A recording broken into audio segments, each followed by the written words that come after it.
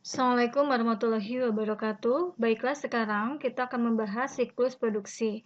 Minggu kemarin kita bahas siklus pendapatan dan siklus pengeluaran, di mana kita menganalisa bagaimana sih sebuah prosedur, ya, sebuah alur kegiatan dari siklus pendapatan dan pengeluarannya sendiri, serta tentang pengendalian internnya. Nah, sekarang yang akan kita bahas adalah bagaimana prosedur dari kegiatan produksi. Berarti ini notabene-nya kita akan membahas pada perusahaan produksi atau perusahaan manufaktur, ya, atau pabrik. Oke, ada kegiatan apa atau ada alur apa di siklus produksi? Kita akan lihat ya. Nah, di sini adalah sebuah contoh diagram siklus produksi. Jadi ini alur kegiatannya ya. Pertama, di siklus produksi itu dia meliputi fungsi-fungsi departemen, yaitu departemen pembelian, departemen produksi, departemen gudang, departemen penjualan, dan ini kegiatan secara komputerisasinya. Nah, di departemen produksi dia akan melakukan sebuah perancangan produk ya, mulai dari pendesainan produk, membuat anggaran produksi, merencanakan produksi, membuat jadwal produksi, membuat produk, dan menghitung biaya produksinya. Sedangkan departemen pembelian, kegiatannya dia akan update data bahan baku, kemudian di bagian gudang dia akan mengirimkan bahan baku, dan departemen penjualan setelah diproduksi dia akan menjual hasil produksi, dan nanti akan ada sistem komputerisasi pencetakan spesifikasi produk. Nah, dari kegiatan ini, maka di sini ada sebuah kegiatan dalam kegiatan produksinya sendiri ya, yaitu pendesainan produk, kemudian update data bahan baku, membuat anggaran produksi, merencanakan produksi, membuat jadwal produksi, mencetak spesifikasi produk ya, mengirimkan bahan baku, membuat produk, menghitung biaya produksi, dan menjual hasil produksi. Artinya dalam kegiatan produksi ini mulai dari bagaimana produk itu didesain sampai produk itu dijual ya, dan juga akan membuat sebuah budgeting anggaran ya, anggaran produk itu seperti apa, dan membuat produknya serta akan menghitung berapa sih biaya produksinya. Nah, di sini ada sebuah flowchart, tapi flowchart ini secara komputerisasi ya. Nanti seperti biasa kalian coba bikin flowchart yang secara manual.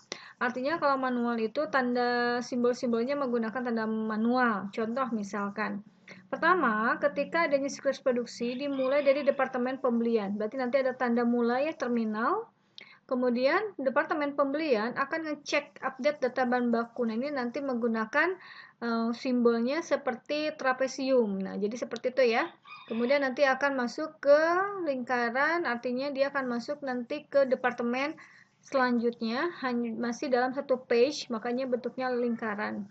Nah, di sini ketika departemen pembelian mengupdate data bahan baku ya, apakah bahan bakunya cukup atau tidak, ini membuat sebuah keputusan untuk diproduksi. Kemudian masuk ke departemen produksi untuk didesain ya, bahan bakunya tersebut didesain menjadi sebuah produk.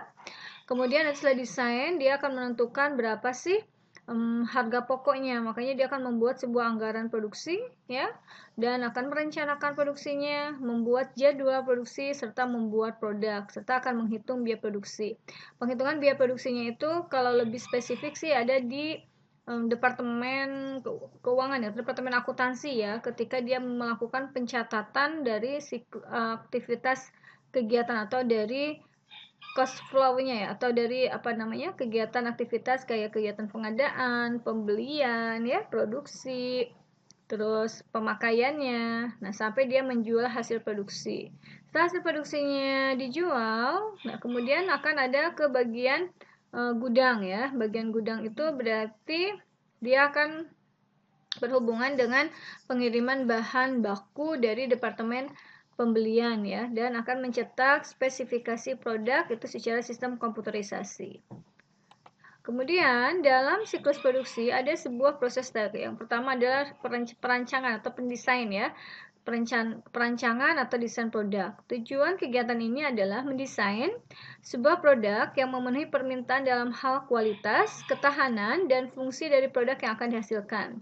Juga secara simultan untuk meminimalisasi biaya produksi. Nah, peran akuntan dalam aktivitas ini diperlukan untuk memberikan informasi yang menunjukkan bagaimana berbagai desain dapat mempengaruhi biaya produksi dan tingkat laba. Jadi ketika dalam perancangan desain ini akan mempengaruhi biayanya terhadap biaya produksi dan akan nanti pada akhirnya mempengaruhi tingkat laba yang dicapai. Nah, kemudian study design itu akan melakukan perencanaan dan penjadwalan produksi. Nah, tujuan aktivitas perencanaan dan penjadwalan produksi ini adalah agar pengembangan rencana produksi yang cukup efisien untuk memenuhi pesanan yang ada dan mengantisipasi permintaan jangka pendek tanpa menimbulkan kelebihan persediaan barang jadi. Nah, biasanya metode perencanaan produksi ini menggunakan perencanaan sumber daya produksi dan metode just in time. Peran akuntan dalam aktivitas ini adalah membantu perusahaan untuk memilih antara metode sumber daya produksi MRP atau just in time untuk melihat metode manakah yang lebih tepat untuk perencanaan dan penjadwalan produksi perusahaan. Nah, kemudian yang ketiga adalah operasi produksi. Nah, pemanfaatan teknologi informasi dan proses produksi seperti mesin dan robot yang dikendalikan oleh komputer dapat secara signifikan mengurangi proses maupun biaya produksi. Akuntan yang terlibat dalam aktivitas operasi produksi dengan memanfaatkan teknologi informasi ini diharapkan dapat memahami bagaimana aktivitas operasi produksi tersebut dapat mempengaruhi sistem informasi akuntansi. Salah satunya adalah pergeseran dari produksi. Ada 4 segi yang harus menjadi pertimbangan dari aktivitas operasi produksi. Yang pertama, bahan baku yang digunakan, jam tenaga kerja yang digunakan, lama operasi mesin yang dilakukan, dan serta biaya overhead produksi, yaitu biaya selain bahan baku dan tenaga kerja langsung ya yang terjadi. Nah, dalam siklus produksi dia berhubungan dengan akuntansi biaya atau cost accounting. Ada 3 tujuan utama dari sistem akuntansi biaya. Yang pertama adalah memberikan informasi biaya yang berkaitan dengan proses perencanaan, pengendalian, dan evaluasi. Jadi ini lebih kepada akuntansinya ya. Kemudian memberikan data biaya yang akurat mengenai produk untuk digunakan dan dalam menetapkan harga serta keputusan bauran produk. Bauran produk itu kayak mix ya, produk mix kayak bauran pemasaran, bauran produknya itu kayak bauran pemasarannya ya, marketing atau berhubungan dengan price, harga, dengan place-nya, tempat ya.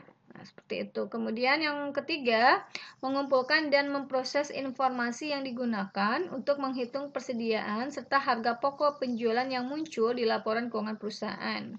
Kategori biaya yang digunakan dalam menghitung biaya produksi adalah biaya yang berhubungan dengan produksi, yaitu raw material, direct labor, mesin dan peralatan, serta overhead pabrik, atau biaya selain bahan baku dan tenaga kerja langsung.